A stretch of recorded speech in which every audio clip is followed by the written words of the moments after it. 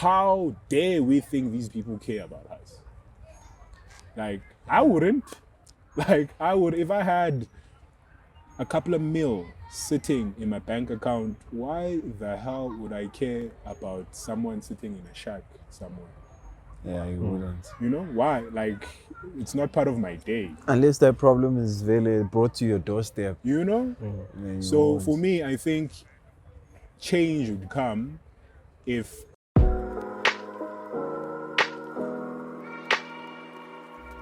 You've just stepped into An Empty Street, a podcast where we casually engage in difficult conversations about relationships, wealth, and health. We are just three curious gentlemen who ask questions almost about everything, and our aim is to find answers from others and within ourselves. We sit down every week to explore unaltered conversations. So let's walk the talk together, and welcome to the Empty Street Podcast.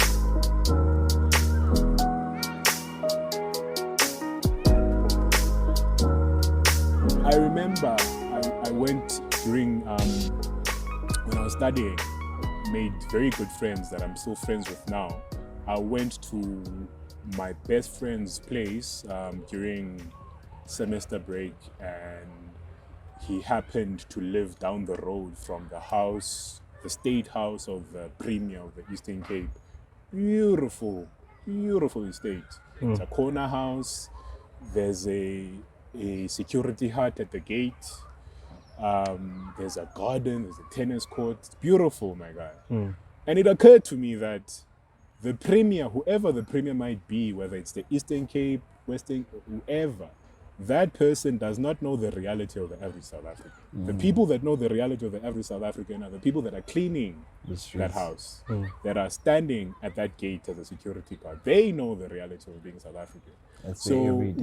when election season comes around, you have people that are wearing designer suits or designer whatever that are going into shacks to put on ANC shirts To mobilize. on people. How embarrassing is that, guys?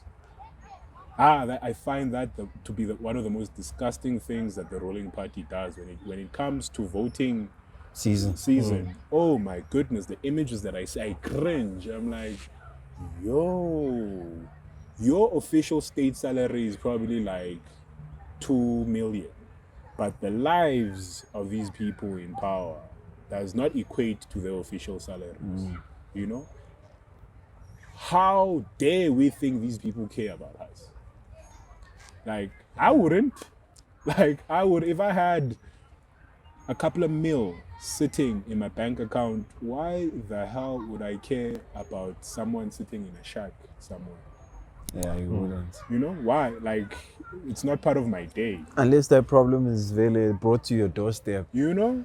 Then you So won't. for me, I think change would come if public servants, of which politicians are public servants, if they were to be required to make use of the public services that they are in charge of. Yeah. To experience the same things we Experience, like, experience no in more, okay, Minister of Education, your children go to public school. schools. Minister of Health, hey, when you have a Public- toothache, go to public that doctor. clinic. Hey, those nurses. Go bro. to the public clinic. Those nurses. yo. Ungathi bazalwa ngumama omnye. They are so rude, bro. Like, they are so rude. Like, I remember when I first got medical aid, and I went to like a private clinic, and I'm like, yo, is this what I've been missing? You know, like the Petwendo for bro, the Petwendo for. I'm like, yo. Now imagine you are living on the state on a state salary. You know, you have a salary there for you, but there are state benefits that you are getting. Come That you with don't it. even need to touch the That salary. money, Sure. Why would you care about the average person Yeah. in that situation? But I think iyababulala too much because more to check wonke ama-industry that are supported by under a government. Bonke yezusho ukuthi ngathi bazwala umuntu eyi-one because mongathi uyahamba uya any maybe department you apply. I-job application yakho or i-CV yakho yovaya noma kuthiwa kune-post available yodraya yonke lawo ama-department lawo. Takes 3 weeks. Kuti figure maybe to director one I sign. Then I sort of move it to that other director. Another 3 weeks. Young told no process up by and back jail with our champ. And the bonke la one la would check attitude job is one and the same thing. And yo, dude. And another element to that is the tribal aspect of considerations that happen in government, in Gauteng, in South Africa, where they look at your CVs like, Sabazi Abandu, Odlamin, you know Odlamin? We don't know Odlamin. Put it to the side, you know? Yeah. Odlamin has a PhD, Baba. But no, they're not interested. But we they do don't not know him. Odlamin. Sifuna You know, bokhumalo. Sfuno Kumalo. Someone they know. Yeah, someone they know, and someone they know that, hey, this person's uncle has that favors. business that we want that, you Favors. know? Yeah. It's favors. Running a country like that does not work. It does not work. That's how we ended up in so much debt. Was we running a country off of favors? Yeah. Like even bro, like this dynamic, like you just mentioned about an example like you made about a public clinic and a private clinic.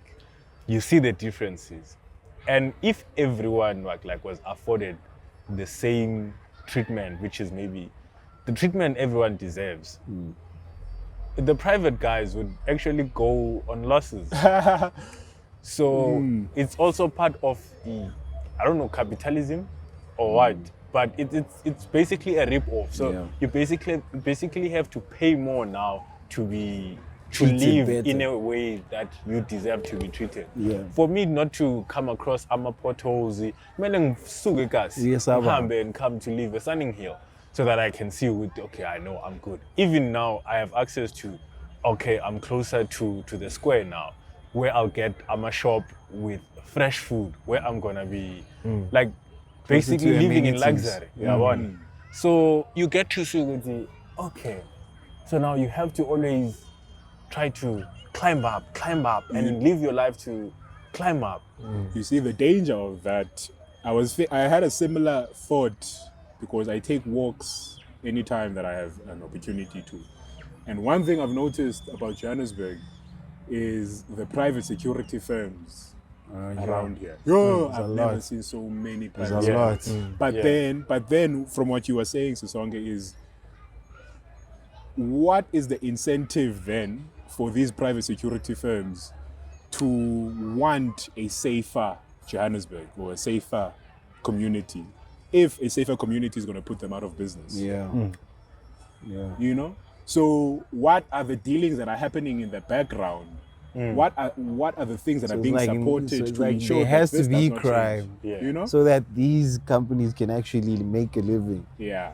That's crazy. You know, so it is and you can use that analogy with the situation that you find in the Western Cape, where we can interpret the hostility that people of color live through and the limitations that they live through in the Western Cape as being racism or being whatever. But it could be as simple as the same thing. There are certain interest groups that they care about their interests, you know, and their interests benefit a certain group, and it puts another group at a disadvantage. But that might not necessarily mean that it is a racist intent. It is just a group protecting itself. Yeah. You know? And the thing that I think we fail as South Africans, as Black South Africans, is we do not know how to do the same thing for each other. You know, as a group, we do not know how to do it because we have these divisions. Kakate, ngumZulu, oh, ngumXhosa, ngumpedi, whatever. You know, like Those what? tribalistic What, ideologies. bro? One of the hardest things that I've had to deal with in my life, in my career, during my 20s, is finding mentors that look like me. You know, finding a black man or a black woman that is in a position that I aspire to be in, to actually nurture me, like give me advice and help me. maybe next time think of things this way. You know, it's very hard as a black person to find that. Yeah. But white people take care of each other. Yeah. Yeah. White people There's take one care of thing each you can other, do. bro. And for us, like, we're affected like psychologically. Look at how you will walk maybe in a mall parking lot and you come across these car guards. So basically, once you sort of demonstrate that you could be like well off, like fairly well Then off, they treat you. and then they treat you, and they'll even say it ukuthi "Danke mlungu," and you get to see ukuthi like wealth or being well off in our minds is associated with a certain color. So you get to see how it psychologically affects us.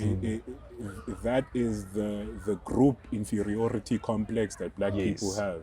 Yes. I suffered from it. Like Yes. I don't even shy away from that, because as much as we have done the university thing, we've done the corporate thing and all that, we were once children. And I remember as a child not knowing the world as well as I do now, being confused at why we lived where we lived and why my friends at school lived where they lived. Being confused at why we speak this language, at the time speaking isiXhosa, and not knowing Afrikaans or English. And as a child, looking at the difference between me and the people that look like me and where we live, and people that speak English and Afrikaans and where they live, you automatically assume they better. Yeah. You know, that's the assumption you go to, Yeah. these people, they look like Jesus. I mean, my mother has that picture hanging in the living room. So, you know, like it is very damaging. And I think there are adults now, many adults now, that have not undone that conditioning. Yeah. And so for them, as soon as they see that trigger, and that trigger might be skin tone, might be whatever, like they automatically play their role, Kuti, you know? Yeah. Trevor Noah once said, before he moved to the US, when he was starting out here in South Africa, and he was becoming more successful, and he bought his first BMW, he tells the story of how he went to a petrol garage, and all of a sudden, the same petrol guards that used to not pay that much attention to him when he had his broken down car, now he's pulling up in a Beamer, and I'm like, Mlungu, push up.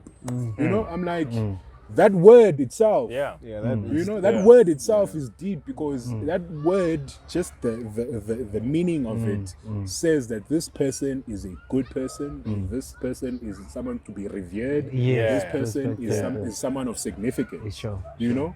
And ungumntwana okhula elokishini, and you constantly hear this That word being word associated with with those that people person. that live there, that speak that language, you know? And you revere it because your parents do. You know, I remember when I was 17, went to go visit family in Bloem, and my uncles came. Very educated people, very distinguished, you know, like just people that you admire in life. And I was on the bus for like 14, 15 hours. Then they picked me up, and I'm like, hey, I need to use the bathroom.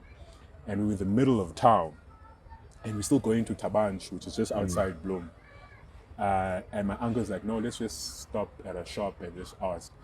This very dignified man that I revere so much walked into the store, and we came to this old white guy that worked there. He was wearing the uniform of the place, so we assumed that he worked there.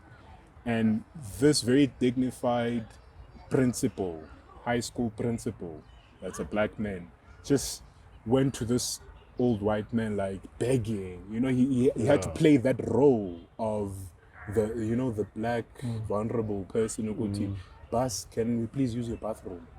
Yo, I was so embarrassed that day. And you already put him on a pedestal. Yeah, you know, yeah, I'm yeah. like, yo, what's going on here? What's going on? I was 17 that time. And it's something that I had noted previously.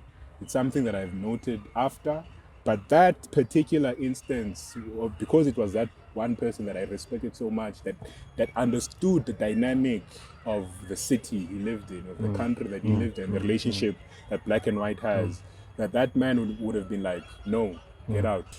If he had been there with all the right in the world to be like, can we use your bathroom? Yeah. You know, not to lower yourself and humble yourself just to use the bathroom. So there is that group inferiority complex where a black person would rather serve a white person over a person that looks like them. And the excuse is white people tip more than Dude. I don't know black how many. people. I don't know how many times I've been at some the such, robots, Hey. bro. I don't know how many times I've been at the robots, and these dudes go to the Mercs and the whatnot, and me, my little Ford sitting there. There's a 20 rand sitting there, and I could give. I this could person if easily they came, give it if they all. came to me, Yeah. but they won't even come. You know, they won't even come. I'm like, that is. And the funny thing is, the person in that Merc or whatever is probably more frugal than you are, bro. Because they are thinking, hey, I could spend this 20 rand on what, you know, you like, dog. Bro, the I way mean, I'll that's get this another 20 rand that's back. another topic, like cars, especially cars in the black community, man. Yeah. Yeah. Trophy. And you see, like our relation, like there's a lot of these small things that affect our relationship with money, and skin is one of them. And you get to look at things like cars, as you were mentioning. This guy, I think 2 weeks back, I'm having a conversation with them, and they just came from like viewing cars, and I think this guy wanted to buy a car. So I'm like, hey, you know, I also have that feeling you would see, like, I do want a car, but I'm like, what am I gonna do with the car? I walk 15 minutes to work, shops are here, like I'm in the central of Pretoria, so I don't really need a car. If I buy a car now, it's gonna be parked most of the time, and I like taking walks. So he's like, no, maybe you can buy a car to be able to associate yourself with a certain type of group of people, like to fit in. Certain Like class. if you buy a BMW, maybe you can go to those racetracks, events. Kyle, So yeah. where you can fit in and have conversations with those guys and be able to maybe grow your career or your business or whatever. But I'm like, I do have access to those people now. I don't have a car, but I do have the access to those people now.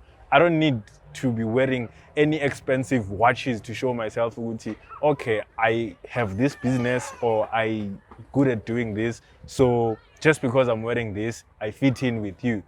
I can do that with language. Without the use I can of do a that car. with language. The thing about cars for me, like every man loves a car. Yeah. Most men love it. I don't have an affinity towards cars, but I you know, you see a beautiful car, like, oh, God, You appreciate it. you appreciate You it. appreciate it. But particularly in South Africa, there is a law from 1910, I think, called the South African Land Act of 1910, that limited black South Africans' ownership of land to only 7% of the available land in the country. Dang. Only Didn't know that. 7%. This is in 1910, I think. And when you find yourself in a situation where you are not allowed to own the land in your own country, and you happen to have means of some substantial income, what's the first thing or the only thing car. you're going to invest in? You know, it's a car.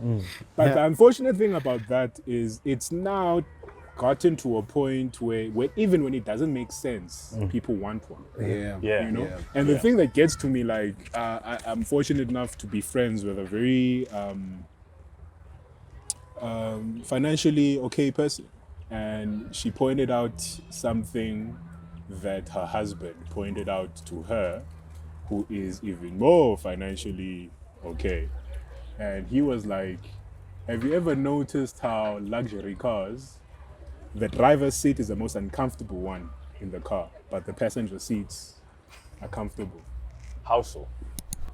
He pointed out the fact that luxury cars are meant for people that are wealthy enough to have drivers. Yeah. To be driven. They're not they're not for you. They're not for you. Like, they're not for us. Sure. Like, they're not for us, guys. Like, those cars, get into a very nice German luxury car and sit in the back, and then get out of the back and sit in the front, in the the driver's seat. Yeah. Very different experience. Dang. Very different experience. Mara wena, you're gonna go there and dish out that 12K per month. Oh, dude. Yeah. Maybe more. Yeah. It's Especially with the cool, interest yeah. rate. Crazy. Yeah. Maybe more. You know? Like what that no, you know what's funny? It started off as 12. But because of this economy, Bro. it's probably now like 13, 14K. Like I even forget the debit order amount Yo. sometimes, the way that it's so small. Like I bought it when I was starting out and I was making peanuts. You know? Relatively speaking, I'm making more, but what I'm paying has stayed the same generally. Yeah. And it's been 7 years.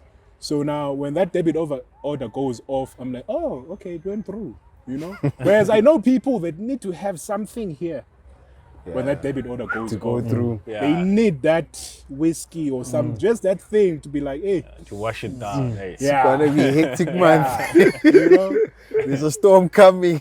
So, and it's unfortunate because look, dude, if you are fortunate enough to be in a position where you can afford to be paying 12,000 or more on a car, if you just took 2.5 of that 12,000 and got yourself like an on, like something small, and then take 9.5 and invested in an account with one of these firms for 10 years, The you'd same have over a duration. meal. You'd have over a meal, just not even before the interest. Before the interest. You'd Yeah. have over a meal. But So now, yeah. No, go on. But now you've committed yourself to this 7-year thing. You know, like you do not even know what your problems are gonna be next month. What are your problems gonna be in 5 years' time? If you're still planning on having a family, Yo, bro. Yeah. And that's another thing. Yeah. The bigger the car, a car is a statement. yeah. And so the bigger the car, the bigger the statement it's sending to people around you. Yeah. You know, this Because is a family guy. Because they're not looking at the 7K or 12K or whatever you're paying towards the car. They're looking at the car At like, the oh, this car, nigga yeah. has money. Yeah. You know, they're not accounting that money has disappeared now into the Yeah. car. Yeah. You know, Yeah, You yeah. know, Looking they're at not what- taking yeah, that into yeah, our account. yeah. You know, that's not money that's available anymore. You know, so if you're gonna do anything besides just watch the car, my guy. You know what you're saying is very interesting because I just observed it when it comes to like dating.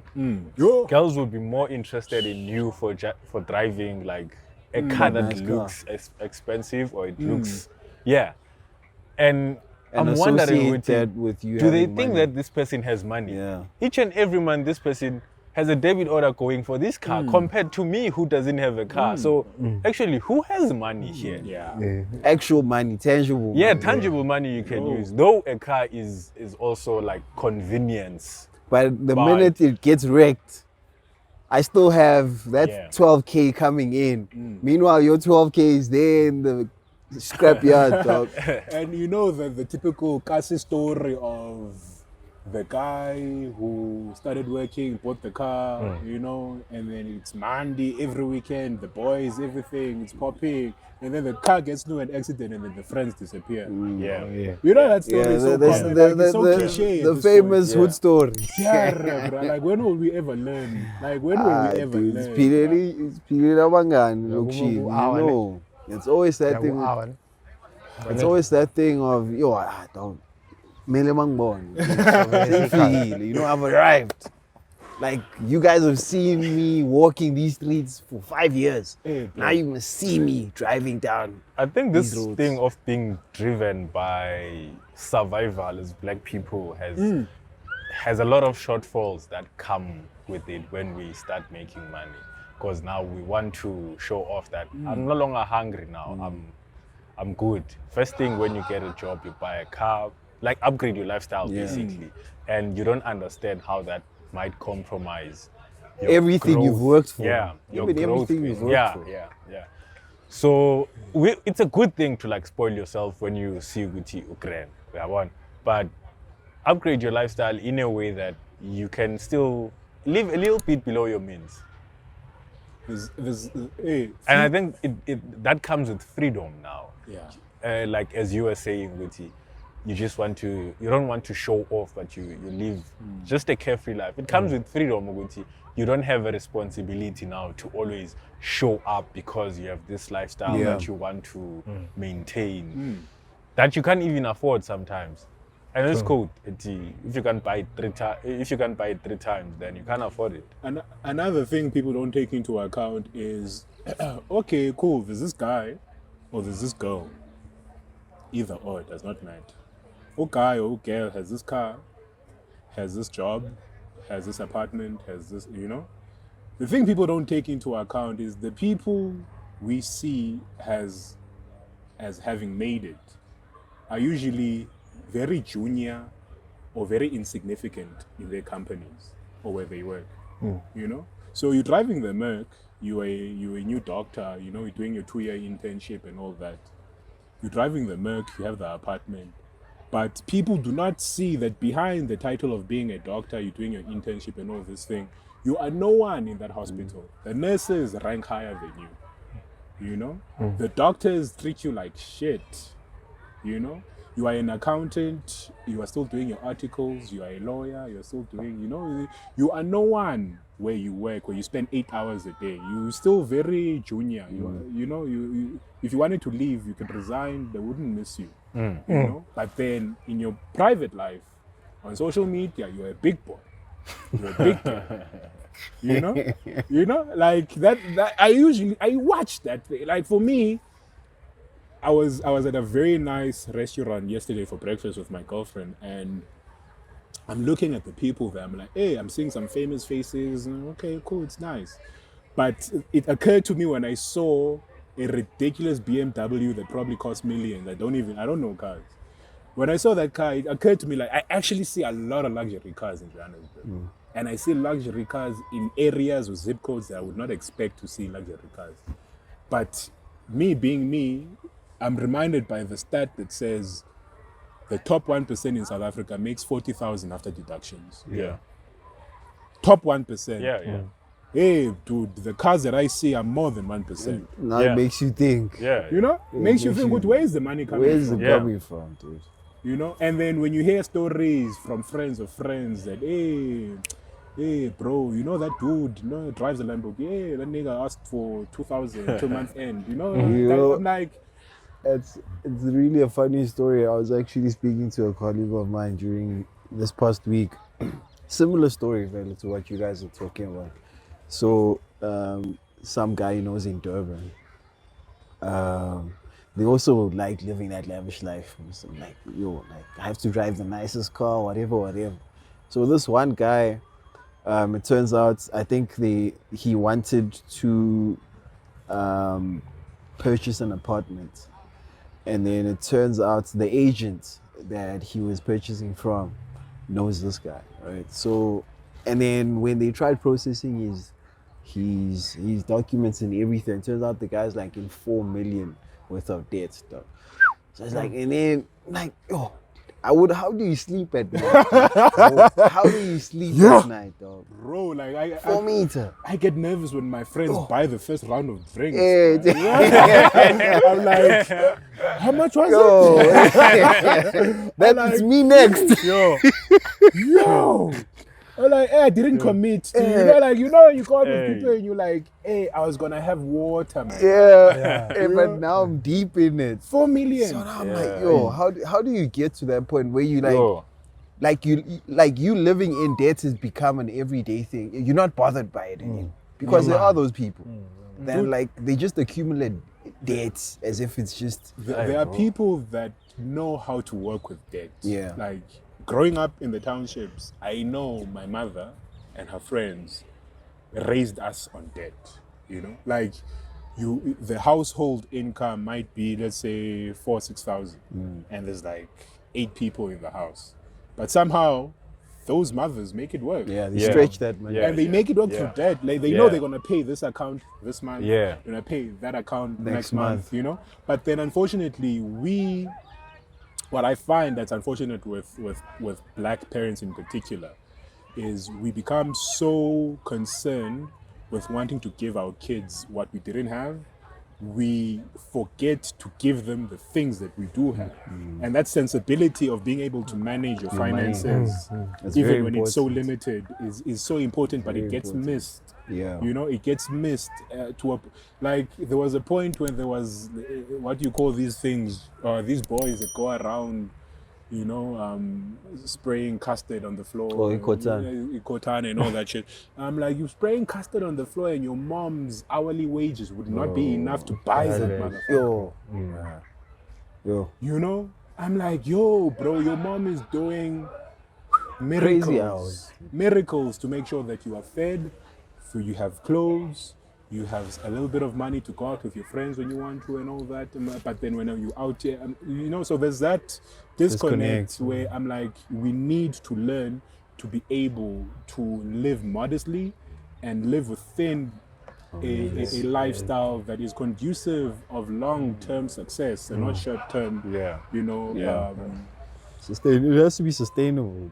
Like you were speaking about, sorry to change topic, but you were speaking about agents. That's another element of South Africa that really needs to be looked at, because consistently so, my experiences with agents has been horrible.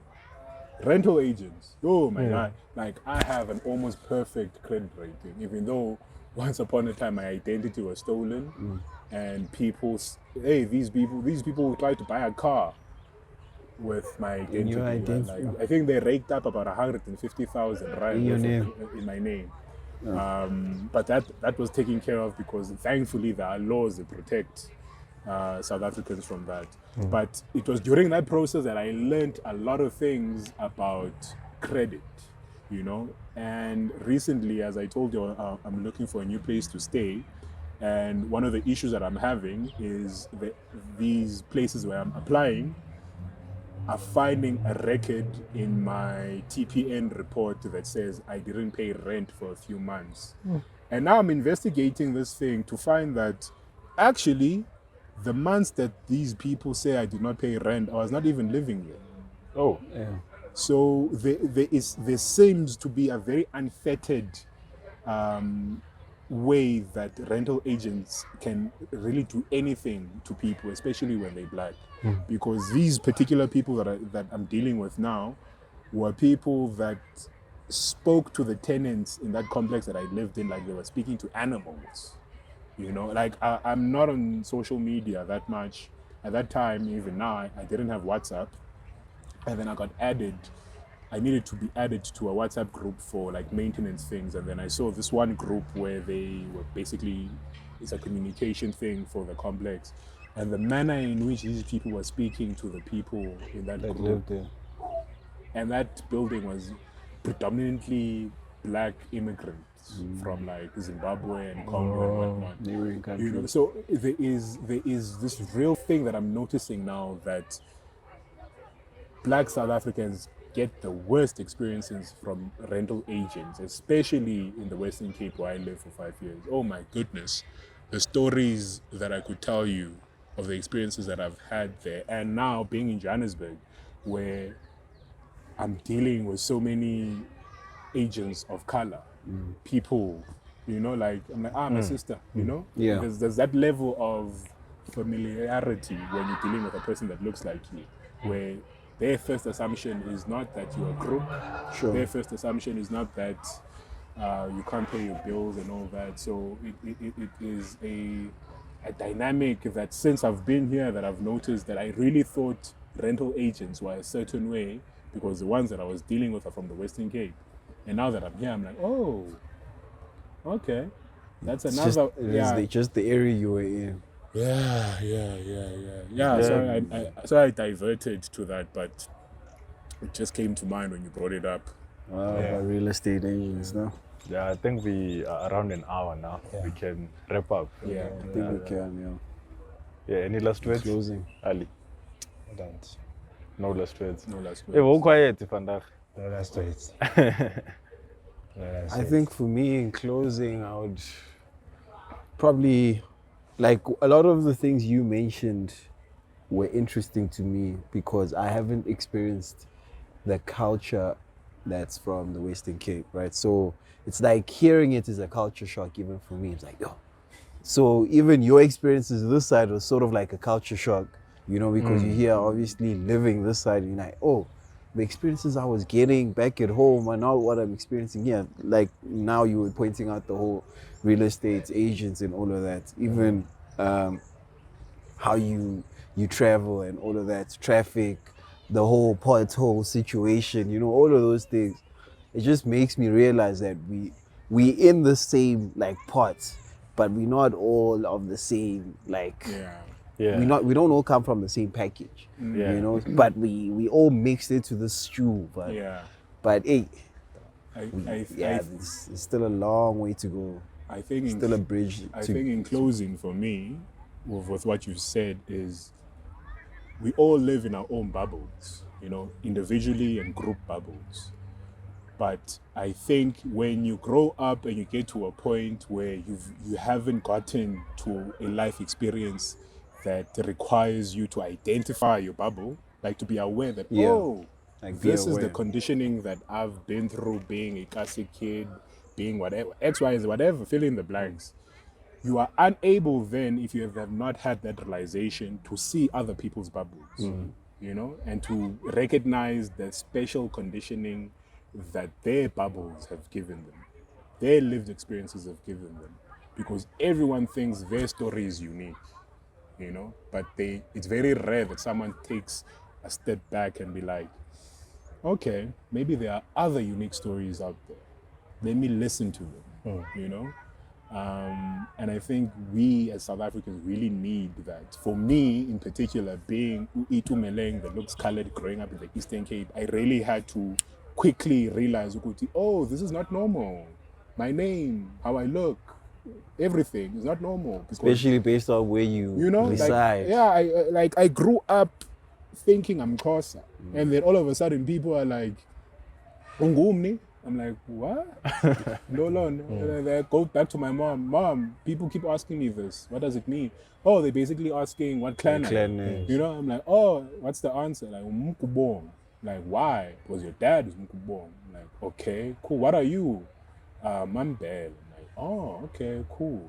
So you as a kid, being told this, and this is like a significant thing that keeps repeatedly being asked of you as a child, you are aware that, oh, so we are, you know, we have these stories. Yeah, and then you start to see these stories and identities around you, you know.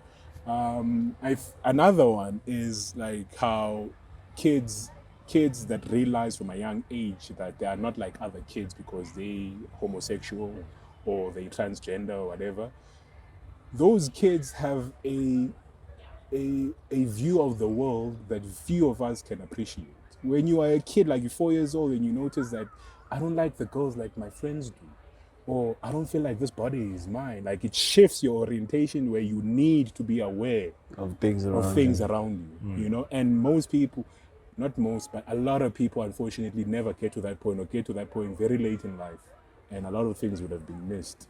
Yeah, you know? Just being aware.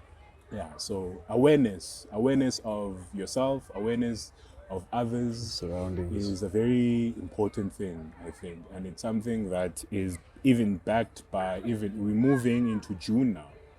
And that means in Eastern Cape, it's Boys to Men season, you know. That entire process is just about identifying and knowing who you are. Yeah. That's the crust of it. Do you know who you are? You don't? Okay, this is who you are. Know it. Identify with that. What it's become, unfortunately, and how it's been interpreted, it's what it is. Yeah. We can't do anything about it. But if you are unaware that there are other stories out there, your life is going to be very sad. You know, like you're going to be very convinced of the superiority of your story and undermine others. You know? Yeah. So gents, thank you for having me. Thank you. Yeah. Thank you. I also don't have any last words. It's unlike that's how we close it. It's unlike me. That's how we close it. Yeah, man. I think it was a dope conversation. Yeah. It's unfortunate that some parts were had before. Yes. Yeah. I think And there was those a were lot, the parts. yeah, Yeah, a lot those of are the most juicy authentic meat. parts. Yeah. Like the meaty parts of the conversation we had, I think, off Yeah. camp. But I mean, it tends to happen sometimes. Yeah. We try not to have like conversations, especially if we're about to shoot. And we just, it's probably, it's either, Keep it either for the moments of camera, silence or we just keep the conversation as basic as possibly can or far from the topic. Because it's easy to Yo, like to get swallowed by the well, conversation, topics and just find ourselves and we're like, shit, this could have been an episode. Yeah. 20 minutes later, Yeah. that time, like, nah, fucking, it's hard to remember everything word for word. Yeah. But Yeah, man, but I as think you it's always been say, dope. man, take Take care of yourselves, take care of each other, and take care of your pockets. This is the Empty Street Podcast, and we're signing out. Yeah. Thank you, gents. Thanks, man.